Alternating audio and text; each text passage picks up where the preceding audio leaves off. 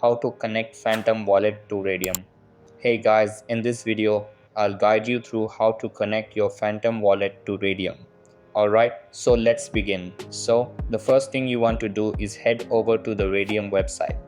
But before that, I recommend going to CoinGecko, typing Raydium in the search bar, and then clicking on it to access the correct page. That's because CoinGecko includes a link to the official Raydium website, Raydium.io, which helps us avoid scam websites. After that, you can go to the top right corner and click Connect Wallet.